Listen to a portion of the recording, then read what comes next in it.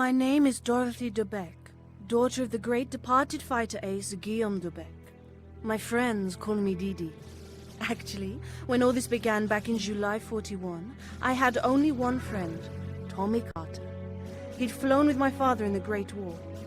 Tommy raised me. He joked that God had forgotten to give me feathers. On my 14th birthday, he told me, "I've never known anyone so uncomfortable on the ground, but so at peace in the air." I probably shouldn't have been flying at that age, but Tommy didn't seem to care. He wanted to teach me, and I wanted to learn. Tommy and I had survived then. We smuggled, bartered, and stole, taking any job that required a pilot. But the war changed everything. The world was on fire, and the flames were closing in around us. The skies were no longer safe. But Tommy was right about me. There was no way I was staying on the ground.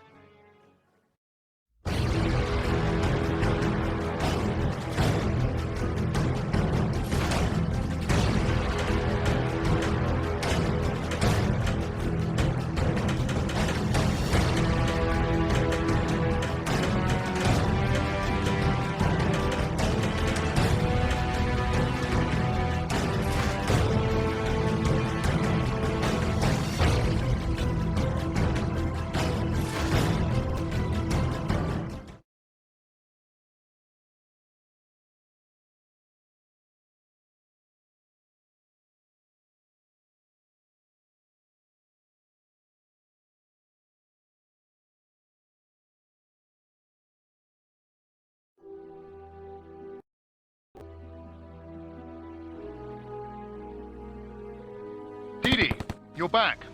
How's it look? It looks very much as though we should be minding our own business, Tom.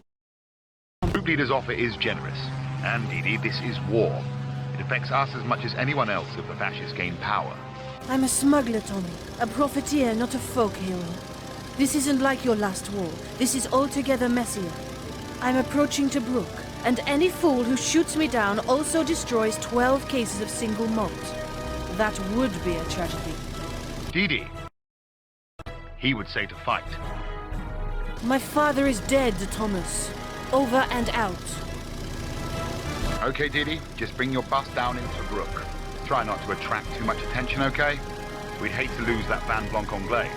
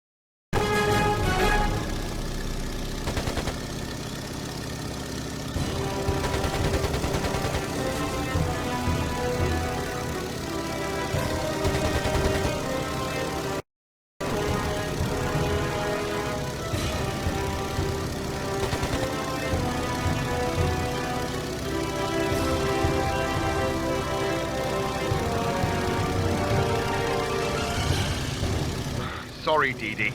You can't land yet. You're gonna have to plug those Luftwaffe planes. Here, the group leader wants a word. As a gesture of goodwill, I've arranged a little surprise for those Jerrys. If you need help, head toward the marked ambush point. McIntyre out. You heard the man. Act like a mouse, bag yourself a cat.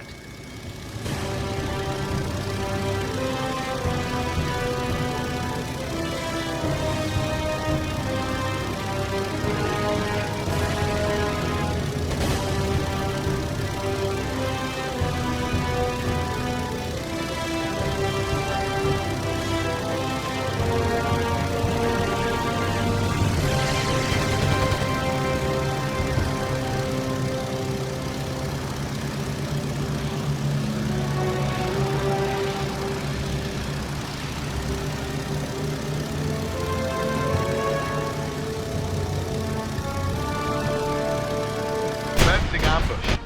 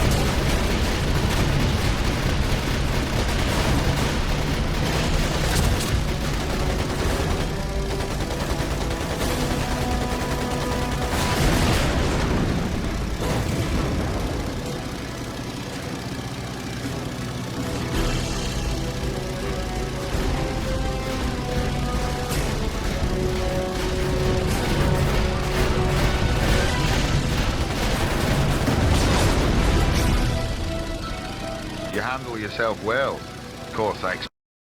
The group leader flew with your father, Dee. I need good pilots, Mr. Beck. I have squadrons trained in aerial combat, but sometimes the war effort requires more finesse. You will be well paid for your services, I can assure you. Money, Dee. We could hire that Aussie Ackhammer I mentioned. Can't fly if your wings are broken. If I agree, will you let me land?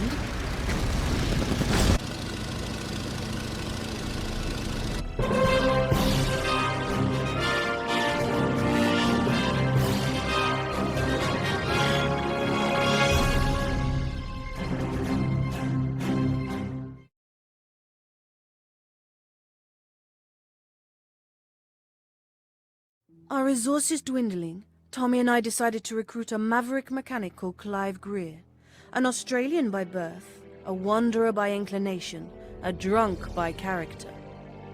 No one else would take him, and he took pay in whiskey, which worked well for us at the time. I didn't expect a neatly pressed uniform and a brisk salute, but Clive still came as a shock. His overalls looked as though they'd been dragged down the runway and back, and he smelled as though he drank more fuel than he had put in the planes. But for all my misgivings, there was something about him that appealed. Like us, he was an outsider, a reject, of somebody else's war. Give him a weekend and a pile of scrap and Clive rings around a Messerschmitt, Tommy promised. And, like a good girl, I trusted his instincts. For better or worse, we had our mechanic.